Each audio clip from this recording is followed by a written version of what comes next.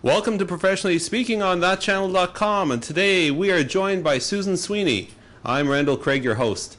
From humble beginnings in Newfoundland, she has gone on hot air ballooning in Colorado, whitewater rafting in Canada, downhill skiing in Austria, snorkeling in Cozumel, camel riding in Dubai, and shark tank swimming in Cancun. Along the way, Susan has picked up her CA, her CGA, and was recognized as a certified speaking professional and an inductee to the Canadian Speaker Hall of Fame. She has over 8 books on her subject and has become one of North America's leading gurus on internet marketing. Susan, welcome to Professionally Speaking TV. Thank you, Randall. Nice to be here. Oh, I'm glad that you're here. Now, that's quite a journey. I've got to ask you, did you do the camel riding before the books or afterwards? You know, it was during, because I was speaking in Dubai, and it was while I was in Dubai that I did the camel riding. Oh, I try to mix it up and have some fun and do the speaking and writing books and just mix it all together. Wonderful. Seriously, though, jumping from being a CA and CGA into the world of what you're doing now, that's actually quite a big jump. Tell me how you started and particularly where you got that expertise. Being a chartered accountant is very, very different. Sure. Well, as a chartered accountant, my husband will tell you that I'm no CA. He's a chartered accountant as well. And I think I got my CA because my dad probably wanted a chartered accountant. And funny thing, I was speaking once at an event, and somebody came up and said, "Why do you have CA after your name?" And I said, "Man, I earned that, why shouldn't I have it?" He said, "Because I thought you were going to be boring." I would have brought my whole team. So as a chartered accountant, I started out in Newfoundland and moved to Nova Scotia. And while I was in Nova Scotia, I specialized in computers. I have a short attention span, and I like to get in and learn all about something, and then I get a little bit bored and want to move on. So I specialized in computers, worked in the computer office of Thor Randall, which is now KPMG. Oh, my alma mater, actually. There we How go. about that? Yeah. Now, why did you get a CGA at the same time? Well, man, you had to ask that, didn't you? I failed my CA exams first time around, and I had actually moved to the National Computer Office in Toronto of Thor Randall. And because I was specialized in computers, and it was way back in the early days, it was just such an exciting thing. I wasn't involved in the accounting, audit, and tax anymore, and that's what's on the exam. So what I did was I contacted the CGA Association to see if I could attend the classes and do the CGA as kind of a fallback. Mm-hmm. And they allowed me to actually do the last 2 years, which is what I needed to do for a CGA, do the last 2 years in 1 year. So I did 2 accounting courses one term, the next term 2 audit, 2 accounting, 1 term 2 audit, 2 tax. Mm-hmm. And that kind of kept me in the loop and kept me studying, and it was kind of prep for my CA. So then I went to the CA finalist school in Montreal and wrote the exams, and come December I had the CA and the CGA. Oh, interesting. And you were still working in the computer audit, computer consulting area at that time, I presume? Well, it wasn't computer audit. I was working in the computer services, where we knew that a lot of our clients were going to be having their own computers. It was way back, in the days of the first PC, when we were selling a PC accounting software, doing a needs analysis, and selling that PC actually for, it had no hard drive. It had dual floppies. I remember those days. You remember those days? So 320K, floppies, dual floppies. And we sold the computer, the accounting software, and some training for $25,000. Unbelievable. We had lineups. When I would do a presentation for a company to have their own computer system, I could always add, well, we've got a 3-month wait list right now, so you want to make your decision pretty soon. Very interesting. Yeah. And that, I guess, is part of the seeds of when you discover that you enjoyed doing training, getting up in front of people. Exactly. Those presentations. Exactly. It was very exciting being in Toronto and doing presentations for these computer systems. We also had, mini solutions as well, and so it was an exhilarating time to know about the technology, to be able to explain it and present it, and walk out with a contract for $100,000. It was just very heady really days. Exciting. Yeah. Yeah, it's kind of interesting because if we think about then, and if we think about the internet bang, if you will, I won't call it the bust just quite yet, but several years later, there's quite a few parallels between those two. So you're doing the computer services, and at a certain point you decided to leave the mothership. Yes. What was it that caused you to say, well, I'm not so sure I want to do this for the rest of my career? Well, what happened was I got married. And so my husband was living in Nova Scotia, and we decided to get married, and I was living in Toronto. We decided that Halifax was a place that we'd prefer to grow old and have a family and things like that. So I moved back to Nova Scotia. And the technology side of things and the computer services weren't as aggressive in Nova Scotia as they were in Toronto. Yep. And I ended up working with the federal government. I went to work for international trade. So you were a trade commissioner, weren't you? Yes, that's right, I was. And so I was a trade commissioner responsible for technology. So I was helping Canadian hardware and software companies export worldwide. So I was organizing and leading trade delegations to all kinds of different places around the world. And with our technology companies, they really, it was difficult for them to market internationally because a lot of them didn't have the budget, didn't have the know-how, didn't. So in working with them, it was, it was difficult to have them be successful with limited budgets. And that was in the early days of the internet, way back when it was Archie and Gopher and Veronica. I'm sure you were around those days too. Yes. Oh, yes. And so as soon as the World Wide Web hit, it was eureka. The world has changed.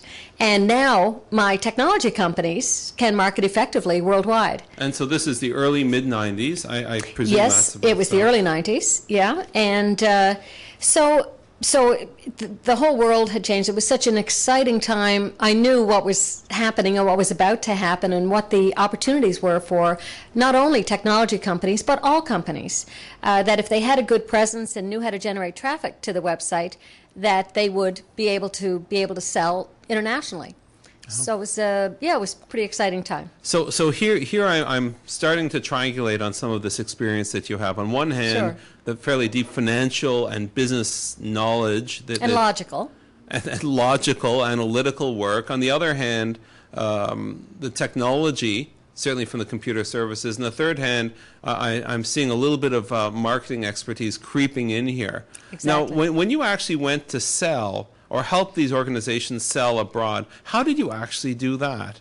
Well, with what I would do is work one-on-one with the individual companies, and some it just made sense for them to license their technologies. For others, they were looking for a distributor. Others they would be able to sell their systems direct. So you really needed to get in and know the products and services that they were selling, who the target market was, and where the opportunities really lie. And these were mostly smaller companies, I presume, or larger ones? No, a lot of small, medium-sized companies.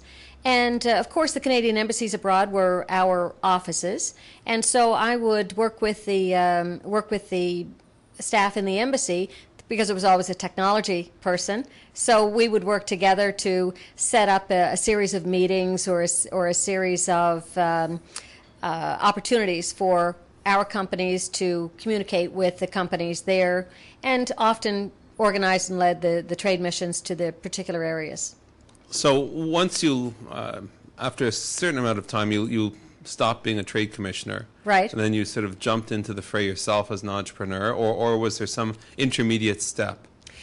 No, actually, my husband was a silent partner in a web development company, probably one of the first in Atlantic Canada. Mm-hmm. And so they would meet at our house on Sunday nights, and of course, not too quiet. I would be involved in the meeting and having a great discussion with everybody, and very quickly they said, you've got to be involved in this. So I left the federal government. I thought at the time, it was so funny, I thought, this is so big, and this is such a great opportunity that in no time at all, everybody is going to be on the web, have a great presence, be doing tons of business. And, what am I doing giving up this great federal government job? This is only going to run for 2 or 3 years before everybody is there. But it was just too exciting, and I just needed to do it. So what year was this? This was, I believe, 94. Okay, which is precisely when I got my start in that business as well. Yeah. It was a very, very, very, very, very different time. No newspapers online, very few big businesses online, and here you are trying to sell this concept of the internet, World Wide Web, marketing, all that kind of stuff to companies in Nova Scotia. Did you take anybody, or were you focused more on a particular market niche? I mean, there's a geography, but how about the industry? Yeah, actually, it was great. We had a great strategy. We knew that our local companies were not going to generate traffic. So right at the very beginning, the first project that we did was a project called Skyscrapers. And what we did was we superimposed the skyscraper, which we had architecturally designed. We said you don't need to build it, but we want it to be an absolutely awesome that could be superimposed on the skyline of any skyline throughout North America. So what we did was we developed the skyscraper, and we allowed one of each industry in. So one engineering company, one bank, one travel agency. So we had some nice exclusivity. Now, it was twofold, the strategy. We knew that people were not going to generate traffic because we knew that they didn't know how. So it was my job to generate traffic to the skyscraper, and therefore to these businesses that were housed within the skyscraper, our virtual skyscraper. Effectively one of the world's first virtual malls, isn't it? It was, it was a portal before the term portal was ever coined. Yep. Yeah, very, very interesting. So you've been doing that ever since, but for whatever reason you've been doing a whole bunch of other things as well. Presumably presenting as the trade commissioner, presenting as part of Thornridell, presenting as part of this new fledgling organization. At what point did you say, something, I'm really good on the platform speaking, or this is really what I want to be doing? At what point did that actually happen? Well, interesting story. I would speak at conferences in Nova Scotia. People would ask me to speak at conferences because they knew that I knew my stuff in terms of this whole new internet area. So I would speak at the conferences, and I would speak at the conferences because every time I spoke, I'd have a ton of people at the end of the session, and we'd end up with a number of new clients. Because we progressed from the skyscrapers, we franchised that out throughout North America. We moved on to other projects as well. And so I was speaking at a conference, and Kathleen Fillmore, who's here in Toronto now, came up to me after hearing my presentation and asked if I was a member of the Canadian Association of Professional Speakers. She said CAPS. And I said, I have no idea what CAPS is. She said, it's the Canadian Association of Professional Speakers. I said, I have no idea what that is. She said, okay. Do you work with speaker bureaus? And I said, I have no idea what a speaker bureau is. And she said, well, can I ask you a personal question? And I said, sure. I may or may not answer, but go ahead, ask away.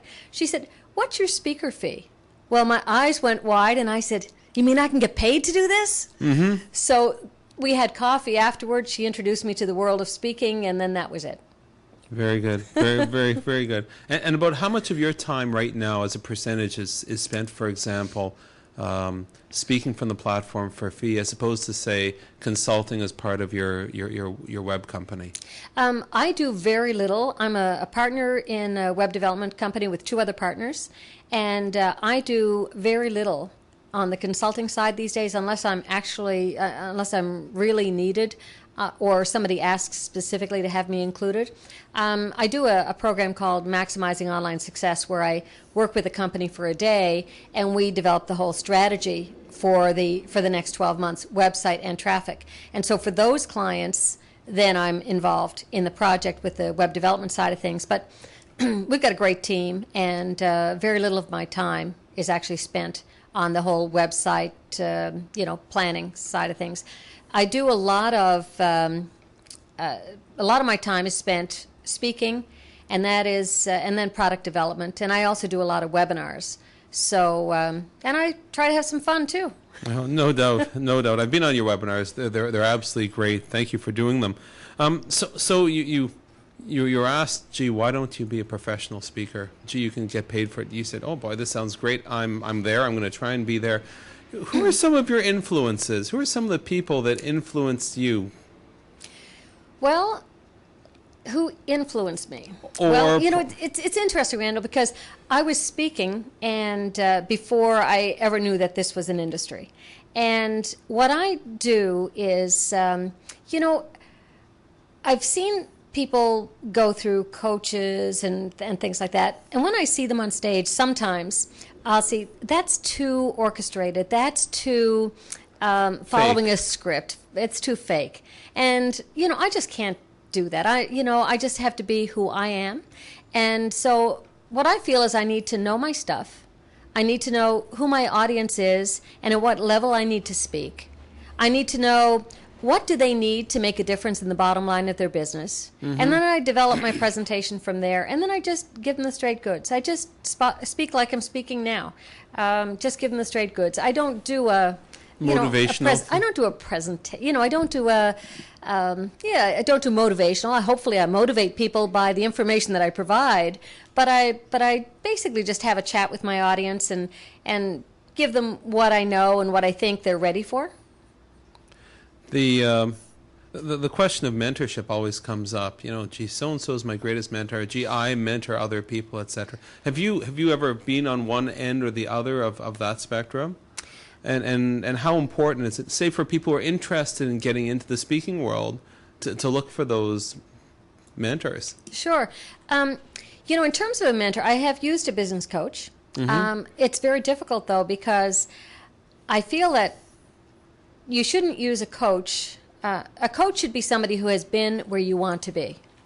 And it's very difficult to find somebody in the speaking industry that does a broad range of different types of speaking, develops products and services, that is where I want to be. But the business coach that I used was somebody who has had a number of different businesses, who's bought and sold a number of different businesses, and somebody who's, somebody who I respect on an intellectual level and from a, innovative idea building, brainstorming type of thing. Okay. On the other side, it's difficult to be able to devote time every single week. I mean, I'm part of a mastermind group, and hopefully I contribute to that group. So in terms of mentoring, I hesitate to say mentor. It sounds like you're you know everything. No, but you contribute to the group, and the group contributes to you, etc. Sure. And from time to time, I get new speakers that will send me a package and say, just want to get your opinion on this, or somebody will send me an email and I'll pick up the phone and give a call and give the information that I have, and then I speak at different chapters and things like that. So let me ask you another question. I mean, your field, internet marketing, if anything, I wouldn't call it static. It's changing every day. Every day. And certainly for myself, it's incredibly challenging to keep up with anything and everything and the interconnections between them all. How do you keep on top of it? If you're the guru, you're a content-oriented speaker, how do you keep on top and keep ahead of your clients? It's a challenge. And, just speaking at a conference now, it's become a lot more of a challenge because when I speak, and mainly I do conferences, so when I'm speaking at a conference, if I've got 700 people in the room, I've got somebody who doesn't even have a website through to somebody who's doing everything, and has a whole team of internet marketing specialists running their engine. And then there's so many things to speak about. Of course, it's so hot, the social media side of things these days, but, they need to know so many different things, and you've got 1 hour. So it's really become very challenging. How do you deal with the challenge? Well, I do one session called Past, Present, Future Trends, where I can do a whole broad-based, cover the bases in 1 hour. And then I do detailed. So I'll do an hour on social media or an hour on Twitter. So it just depends on, always speak with the conference organizer, talk about who the audience is and what level, and we generally can come up with the right topic and at the right level. At the right level, and often I'll speak multiple times in a track. So, wonderful answer, but I'll call you on it because you didn't answer my question. Oh, sorry. Which was, how do you keep on top of all the new stuff? Because you're constantly coming out with new things. And you know, plenty of aha moments from me. How do you keep on top of all this change? Well, it's tough to keep on top, and I can't say that I do keep on top. I do the best that I can, as everybody in this industry does. I have to. I'm writing the next edition of 2 of my books right now, so I am constantly doing research online. I belong to a lot of different internet marketing, lists and groups and those types of things where there's all, kinds of new things happening. I attend a lot of different conferences and am part of a number of internet marketing groups. I attend webinars, other people's webinars. It's just, I also, whenever I'm speaking, with some of the sessions, and people come up to me afterwards and say, one of the tools that we use is, so you learn from the people in your audience as well. And now, one of the things, Susan, I think that perhaps differentiates you is that unlike some of these newfound experts, the question of, well, what does this all mean? Or how does this tie back into the business strategy or the objectives? How can you actually use it to move the business forward? And I think sometimes people think that, the latest little gadget I've got to have, but if you don't understand the implications of it, what's the point? Comment on that. Oh man, that is so true right now. I'm so tempted, and I think I will come out with one of my subjects being, social media, don't go there. Something along those lines, just to contrarian, and just to kind of challenge. Because a lot of people do just jump on the latest thing, and a few years ago it would have been blogs, and everybody has to have a blog. Well, 82% of all blogs have been abandoned, because people don't have the depth. This is business. This is marketing. And so you don't just jump on the latest thing. You don't just jump on Twitter. You don't just jump on Facebook and have your corporate presence without really thinking it through. Yep. If your objective is, everything revolves around objectives, target markets, products and services. And you really need to go back to that foundation with every single thing that you do. Everything that you put on your website, every traffic building strategy, you need to go back to those 3 things: objectives, target markets, products and services. If your objective is that you want to sell, if you're a hotel and you want to sell room nights, as an example, is Twitter where you should be spending your time? Well, Twitter is good for branding, perhaps, in some time, and in some cases, if you develop a strategy where on Twitter you're going to be sending out your luncheon specials, to your local market to come into the hotel, maybe it'll help increase your bottom line. But you really need to think about these things and come up with a strategy that's going to meet your objectives, fits with your target market, and helps you promote the products and services that you want to promote with a particular campaign. No, very, very, very well said. Very well said. Just on the subject of Twitter, let me ask you, most of the time, in fact, oftentimes before one speaks, somebody will say to the entire group, if you could kindly turn off, as a courtesy to the speaker, kindly turn off your telephone. And nowadays, there's a lot of speakers who say, oh, by the way, kindly please keep your phones on, and by the way, here's a website I want you to go to while you're here. Have you seen this? Are you doing this at all in your presentations? I'm not doing it at this point. What I do is I kind of take a little step back, always, when things happen, and I look at the business case for it. And when Twitter first came out, I was thinking, okay, well, I started following some of my colleagues, and I would see that, X getting on a flight to San Diego, arrived in San Diego, going to I thought, who cares, But with every technology, the business case develops over time. Yep. And sometimes it doesn't. So now I see the case for Twitter in a number of different businesses. and I see the business case for it. In terms of speaking at a conference and having people Twitter and not listen to what I'm saying, I'm not there yet. And so I haven't done it with my audiences. Nor I. I've got such content-filled presentations that people tell me afterwards, I didn't stop writing. I couldn't get it all. And they're getting so much valuable information, not only on what to do, but how to leverage it and those types of things, that I want them to focus on what I'm saying. And they can Twitter to a website later on. Now some speakers are using it in that they want to, as they're speaking, they want to have questions come in. And they want to be able to answer the questions at the same time. Real time. Those types of things. And I can see that, but that would be after the end of the presentation rather than all throughout the presentation. As a speaker, you get your energy from that group as well. And having it leached out online is really very, very difficult. Well, I agree. Just imagine looking out at your audience and everybody's on their BlackBerry, and as if nobody cares, nobody's listening to me, nobody wants my information. I want my information to be so powerful and so engaging that they don't want to go there. No, I agree. Susan, we're going to be back in just a few minutes. After this commercial break, we'll talk more about some memorable presentations and perhaps how businesses can use some of this internet marketing wisdom. Randall Craig for thatchannel.com. Back in a minute. Hi, I'm Suzanne Shirkin, the host of Essential Conversations.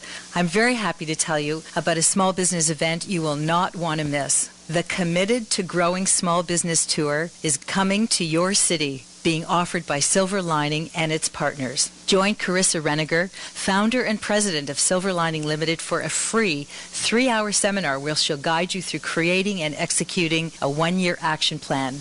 Now, this is an action plan that'll take your business from survival to success. Bring a friend and be eligible to win a free BlackBerry smartphone. And everyone who attends will leave with a great new set of tools and resources that'll help you continue to grow your business. You'll also have a chance to win other great door prizes from our partners. Regularly priced at $1,000, the workshop offered by Silver Lining and its sponsors is now free. So, visit www.silverlininglimited.com today and find out when the tour will be in your city. RSVP soon as spots are limited. The tour runs now through June 16th. Hi, this is Dr. Joe Vitale, author of Expect Miracles. You're listening to thatchannel.com. I'm Dave Broadfoot. I used to be Big Bobby Clobber and Sergeant Renfrew and the member for Kicking Horse Pass, but now I'm Dave Broadfoot, and you're watching thatchannel.com.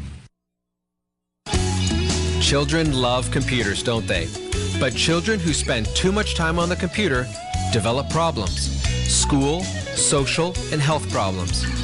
Teachers say excessive computer use at home takes time away from schoolwork and reduces social skills. Doctors say it is also a major cause of obesity. To limit your child's computer time, you need Easy Off, software that turns your child's computer off at set times and keeps it turned off. It's spelled EZOFF, and you, as the parent, set a basic 7-day time schedule. As the name suggests, Easy Off is easy for parents to use, and once turned off, the PC cannot be restarted until the next preset on time. This is the most basic essential safeguard from EasyPC, parentalcontrols.com. With Easy Off, you, the parent, are not the bad guy. The PC is in control. It even warns your child when it's going to turn itself off. To find out more, go to easypcparentalcontrols.com. This website details 3 levels of computer safeguards for your child. They've made it easy. That's easypcparentalcontrols.com. We've got all kinds of great educational areas, upcoming teleseminars in the teleseminar section. We do a different teleseminar every other week, and you can find out all the details on the teleseminars and how they work in that section. Very. Got got a 16-hour internet marketing boot camp that's held over 2 days. Hi, I'm Suzanne Shirkin, the host of Essential Conversations. I'm very happy to tell you about a small business event you will not want to miss. The Committed to Growing Small Business Tour is coming to your city, being offered by Silver Lining and its partners. Join Carissa Reniger, founder and president of Silver Lining Limited, for a free 3-hour seminar where she'll guide you through creating and executing a 1-year action plan. Now, this is an action plan that'll take your business from survival to success. Bring a friend and be eligible to win a free BlackBerry smartphone.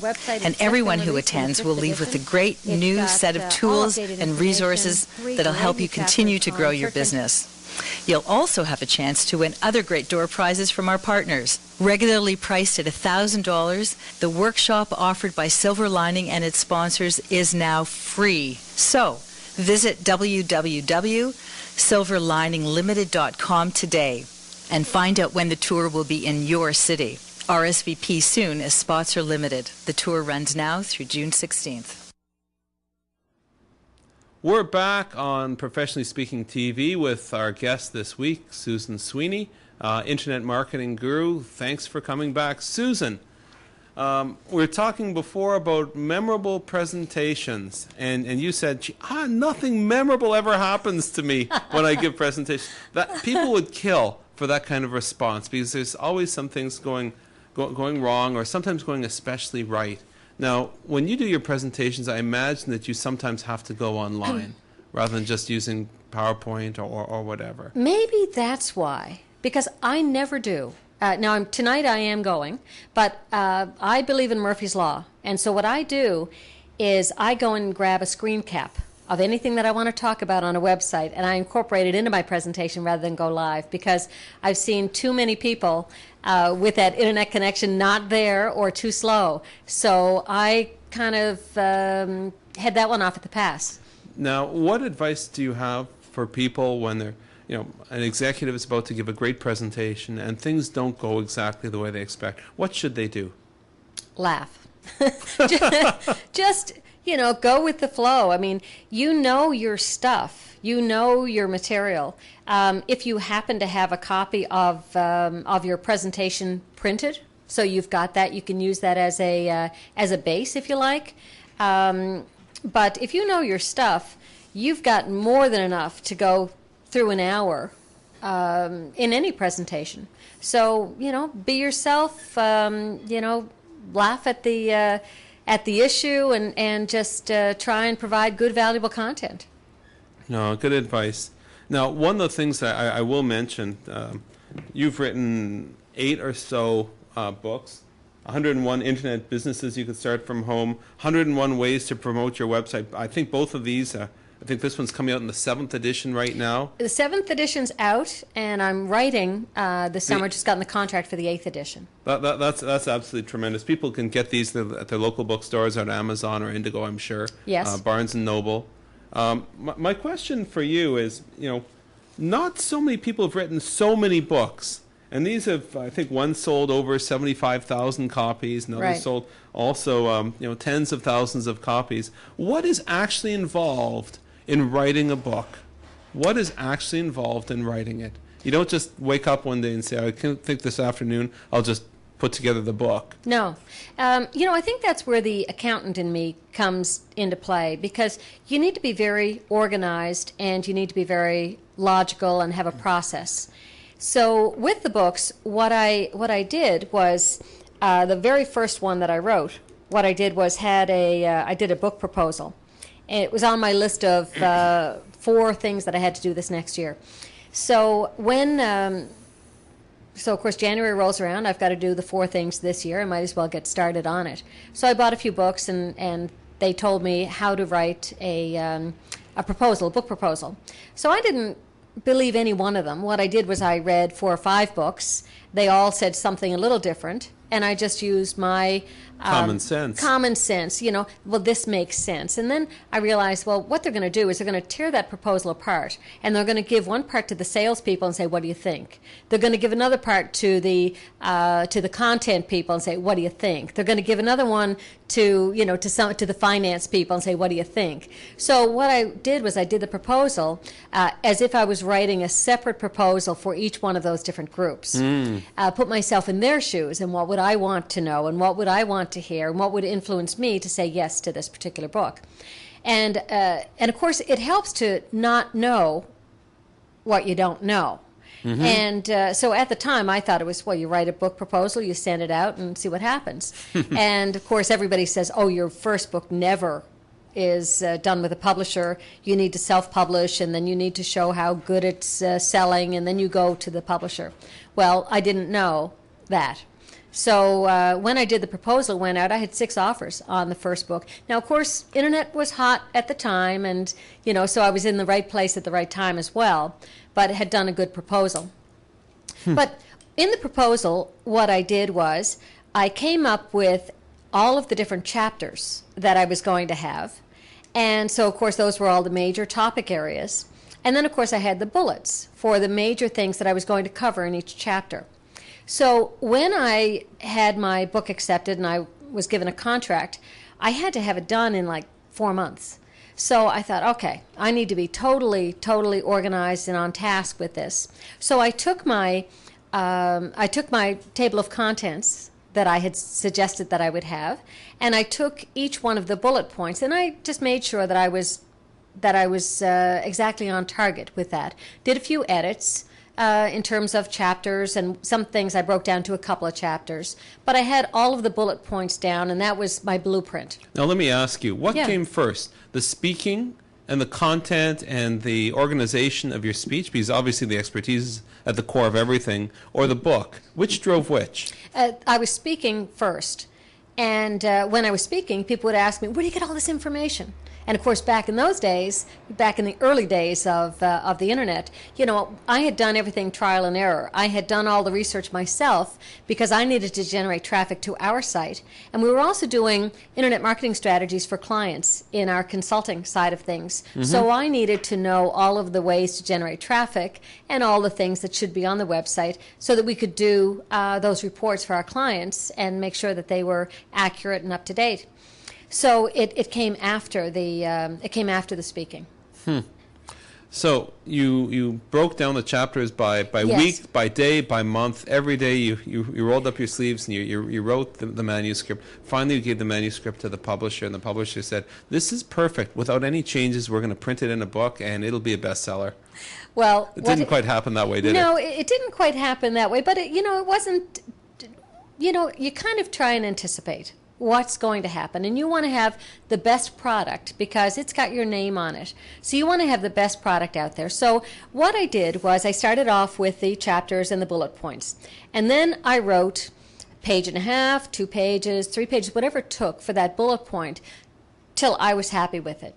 And then I would go to the next bullet point in the chapter, and not necessarily in order, but when I had a chapter done, I put it away because you need to put it away and you need to let it simmer and go on to something else. And then a while later, you come back to that chapter and read it to make sure that, is that really what you wanted to say?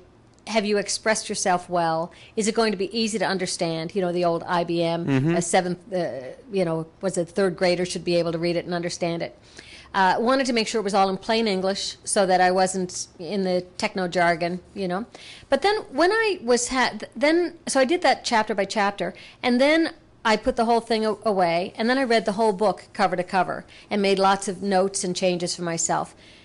Edited it myself, and then when I felt I was happy with it, I sent it out to about 10 people that I respected, and I got absolutely fabulous feedback. One of my dear friends, Kirsten Tisdale, who's now in Vancouver, did an absolutely fabulous job on coming back with comments and suggestions and things like that. And so what I did was I had a number of comments. Some people just said, "Oh, it looks great," but other people gave suggestions and comments. Kirsten ripped it apart. And so then I took all of those suggestions, determined whether or not I felt it was accurate, and then made the final changes, and then sent it off to my publisher. And of course, they have a professional editor who then goes through. And, when after going through that process, it really wasn't all that bad in terms of the editorial that came back. A lot of it was, commas and consistency, changing a sentence around and, wanting a little bit more information on something or other. But it really wasn't a bad process. Now, let me ask you, do professional speakers need books? Is this something that every professional speaker needs? If for those who are thinking of engaging a professional speaker, do you need to look around for somebody who's got the books? Well, I think everybody except the internet marketing speakers. I think that a book certainly gives you credibility. When I know that when I'm up against another speaker, and if I can send a copy of my book that has been published, and it has great stuff on the cover. I've got a great quote from Brian Tracy, and of course everybody knows Brian Tracy. You want to just read that quote on the front cover there of that book? Absolutely. This is Brian Tracy, who's the author of Maximum Achievement, read by over 1 million people in 22 languages. And he says, since I began using some of the ideas in the book, I built my internet sales from $1,200 monthly to more than $1 million a year. That kind of stuff gives a little bit of credibility when, if I'm up against another speaker, or even if I'm just looking at being considered to speak at a conference. I've got a good speaker kit that goes out. If it's necessary, I'll send a courier out a copy of the book. Most of my speaker kit is just done electronically. I'm very rarely asked for anything other than the electronic these days. So I do have to ask the question. Sure. Brian Tracy was very gracious to give you that quote. It's a beautiful one. But have you ever competed against Brian Tracy? No. I'm sure that I haven't. He doesn't speak too often on internet marketing. No. Great guy, great content. I've read a ton of his books. Absolutely love him. But I don't think I've ever come up against him in a, I think one of the great things about writing books and writing, actually in your case, so many of them, is that it helps demonstrate to prospective clients that, no, you're not just a motivational speaker or a person who can motivate and expert communicator, but you've got a fairly deep depth of knowledge that's actually behind what you're communicating. And I think books, more than anything else, probably show that expertise. Now, how about these e-books? Mm-hmm. Is that really the trend of the future, or is this just a cheap way for people to get their words out there? I think it really depends on the topic. To do if you're speaking on sales as an example, mm-hmm. A lot of the techniques in sales are foundational and and are not going to change overnight. So if you speak on sales, or if you speak on networking, or you speak on any number of topics, the subject, that book is going to have some good shelf life, and then a published book gives you great credibility. Of all of the other people out there, your expertise, you've been the one selected, or one of the ones selected by a publishing house that has very strict criteria, and they're looking for a lot of different things. So that gives you a lot of credibility. Now, do I need another book? Probably not. And with some of the subjects that I speak on, they change so quickly that it just doesn't make sense to go the published book route, because by the time that goes through, the contract comes out. I've just signed a contract now, and the book is not due till December. And of course, the publisher has to shop that book, and it's got to go out to all the distributors and things like that well in advance. And so by the time I get that in, and then it goes to edit, and then the edits come back, and then it goes to print, some of the information could be very much out of date. So I think the ebook route for certain subjects. So let me ask you, in the internet marketing world today, is it possible for somebody to become a guru in the space today? I mean, for you and others, who've been in it for 15 plus years, plus business before then, that's a lot of catching up. Is it possible to do that? I think guru is a tough moniker to have, because it is so difficult to know all. Mm-hmm. And it's one thing to have depth of knowledge. How about expert then? I think that you can be an expert.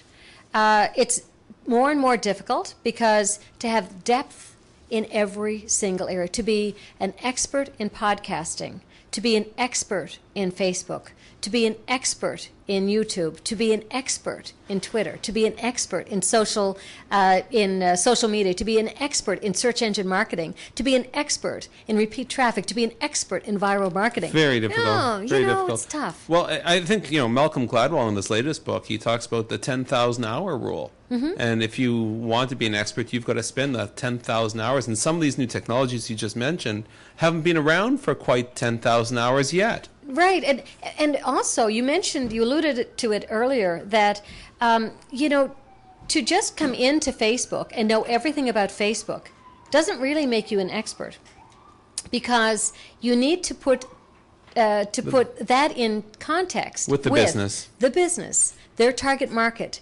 marketing, their marketing mix, the demographics that they're marketing the product to, traditional methods, alternatives to be able to achieve the same objective. Absolutely. There's a lot that comes into play. Absolutely. Let me ask you another question, and I don't want to take stuff away from the book, Sure. 101 Ways to Promote Your Website, but let me ask you about perhaps the 100-odd ways not to promote your website. Tell me some of the mistakes that major organizations typically make. And I've just noticed there seems to be a fire outside the studio. We're hot, Randall. Oh, absolutely. What are the most common mistakes that major organizations make when it comes to trying to promote their website? I think that a lot of organizations just jump on the hot bandwagon, and they don't do their planning. As mentioned, with everything revolves around objectives, target markets, products, and services. And so you need to develop your website based on the foundation and the things that are important, because you can do Twitter all you like. If you don't get them to the website, they're not buying, if that's where you're selling. So you go to a website, any particular website. Right. You've gone to thousands and thousands and thousands. Uh-huh. What's the most common error? Terrible graphic design. Bad design. Because you got 5 seconds to grab their attention. And if they don't grab you, if they don't have you at hello, they're a click away from somebody else. Yep. So that's an important one. Search engine optimization, very important. This is how to get to the top of the search engine list. That's right.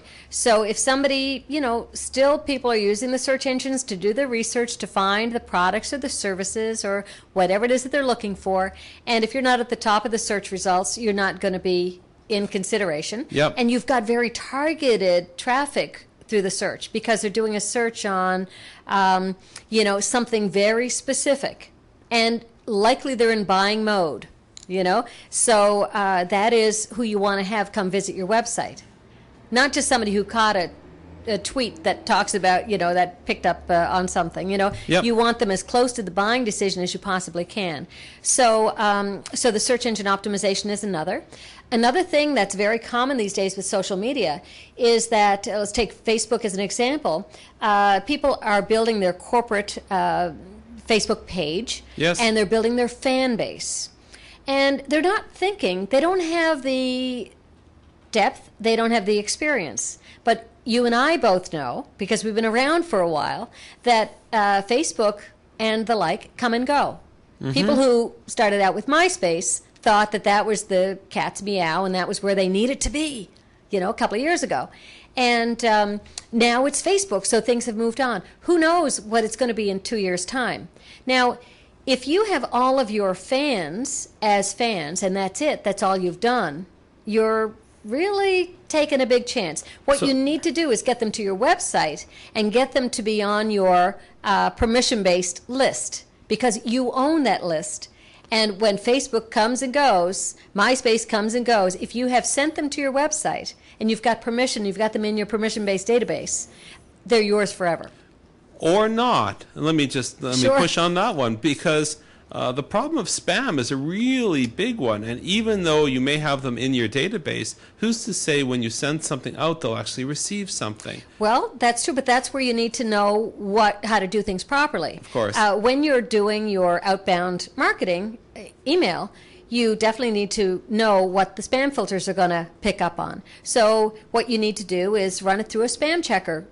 very basic. So you run it through the spam checker, and the spam checker will give you a score. If the score is 5.0 or higher, you know, well, a lot of people don't, but we know that you don't send it out. And you're talking about Spam Assassin now. I'm talking about Spam Assassin, but there are a number of spam checkers. So, yep. And what they do is they check your message against today's list of criteria that would be treated as spam.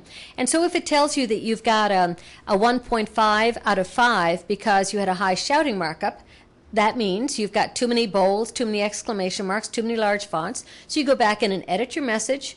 You find out what you were getting a score for besides that. Edit your message so that your score is down 1.0 or something like that, and you know that it's not going to be picked up as spam. You also need to do your outbound marketing properly. Yep. Today you want to do dynamic personalization. Dynamic personalization is that not everybody is getting that same message. You have built your database and learned about their priorities and preferences, what it is that they want to receive from you, what's important to them. And so then when your message is going out, the dynamic in real time, it's personalizing with the name, but it's also personalizing with the things, content. With the content. And so therefore, if you are doing it early enough, people realize, wow, and it's subliminal, it's blink.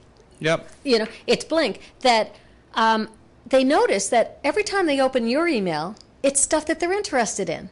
So the next time your email comes in, as opposed to somebody else's email that's always, sometimes it's relevant and sometimes it's not, they're going to open up your email. It's going to get to them because you've followed the proper procedures. Now, one of the things that's what I do. That's what you do. Now, one of the things that strikes me and that's fairly obvious as well is that, you know, when we talk about internet marketing, what we're really talking about is marketing. And when we talk about internet business, really what we're talking about is business. Exactly. But the tools are a little different. And just a different channel. That's right. And so much of what you say is common sense. Let me ask you, you've been doing this for a few years now. I mean, you've already done Shark Tank swimming. You've already done, I don't know if you've done hang gliding or parachute jumping quite yet. But what's next for Susan Sweeney professionally? Well, actually, I just did zip lining in Antigua. Oh boy! And did it? It was kind of like. Did you blog about it? No, I didn't. But I'm just going through a whole rebranding and site revamp and tying in all of my different websites and blogs and things together. So in terms professionally, I'm working right now on a new online university. And I think this is going to be something that'll be absolutely fabulous. The online university is a place, it's called eLearning U, and although it's accessible, I'm not promoting it yet. But with eLearning U, it's a place where I can provide courses online, but also any other expert can provide courses online. I've built it so that it's a portal for online learning, not so much to earn a degree or get an accreditation, but where somebody can go to get a 1-hour course on something that's important to them right now. So it might be that they want to know how to make their site search engine friendly. It might be that they want to know how to get past the gatekeeper when they're trying to call an important person in an organization. It might be that they want to know how to use Flickr. It might be that it can be anything, and so it will be a repository of all kinds of courses, so that people anywhere at any time can have access immediately to a course. They go in, they find the course, they pay for it, or they become a member, and then they have immediate access to that 1 hour. That 1 hour course. Absolutely brilliant. I'm not going to ask you for the URL of it because it's not live yet, but when do you expect it to actually appear? Approximately. Well, of course, if you had asked me 3 months ago, I'd say in 3 months' time. But it'll be probably in September. We may do a nice soft launch. September 2009, we'll look out for it. And we'll be able to link to it from SusanSweeney.com, I presume. That's right. Okay, so to go to SusanSweeney.com, and if they want to get in touch with you, of course, that's where they would do so as well. We've just got a couple minutes. I have to ask this question. Wow, this hour has gone by so quick. Oh, it has. It has. A very, very quick question.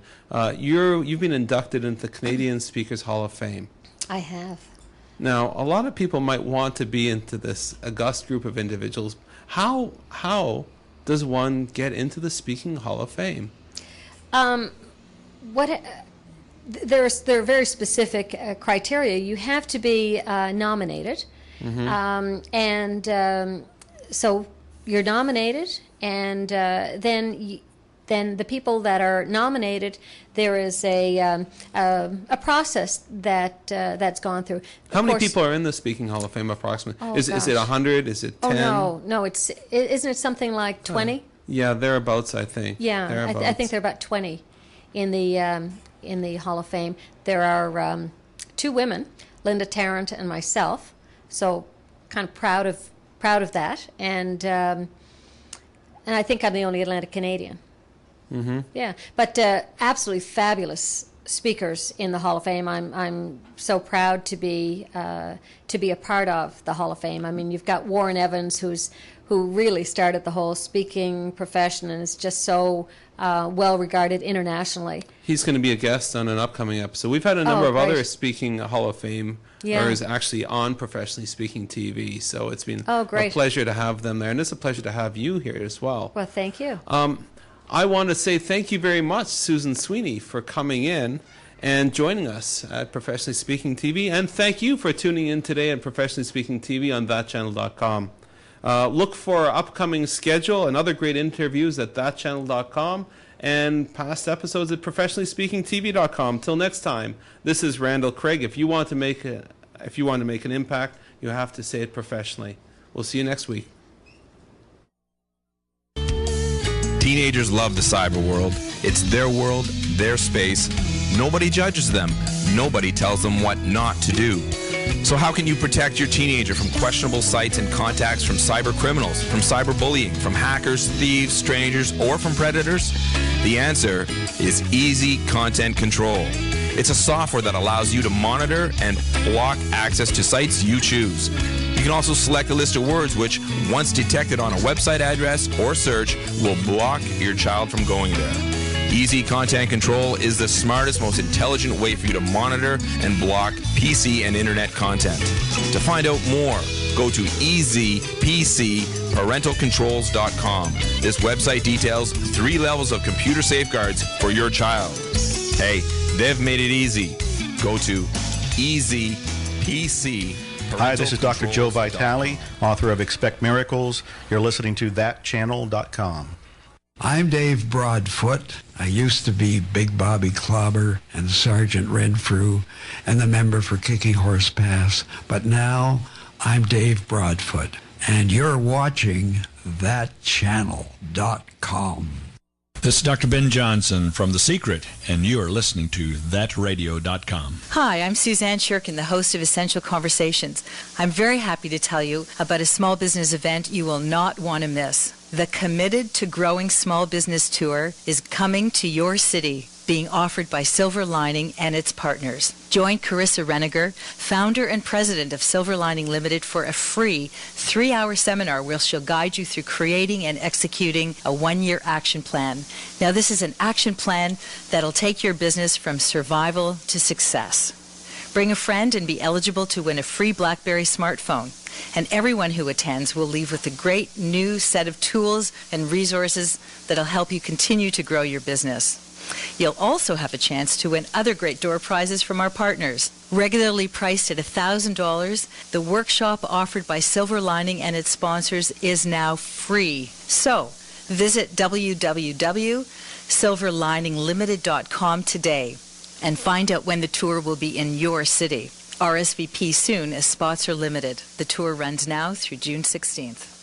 And this is Alex Lloyd, founder of the Healing Codes, and you are listening to thatradio.com.